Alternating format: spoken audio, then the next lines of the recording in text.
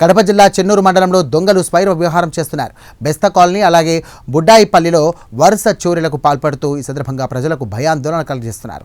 గత రాత్రి 4 ఇళ్లను కూడా లక్ష్యంగా చేసుకుని దొంగలు నగదు, బంగారు ఆభరణాలను దొంగలించారు. మహాశివరాత్రి సందర్భంగా కుటుంబ సభ్యులంతా కూడా దర్శనానికి వెళ్లినటువంటి సమయంలో చోరీకి పాల్పడ్డారు. ఘటనపై సమాచారం అందుకున్న పోలీసులు కడప నుండి క్లూస్ టీంను రప్పించి ఆధారాలు సేకరించారు. అనుమానితుల ఫోటోలను కూడా విడుదల చేశారు. ఫోటోల్లోని వ్యక్తుల వివరాలు తెలిస్తే తమకు సమాచారం అందించాలని కోరారు.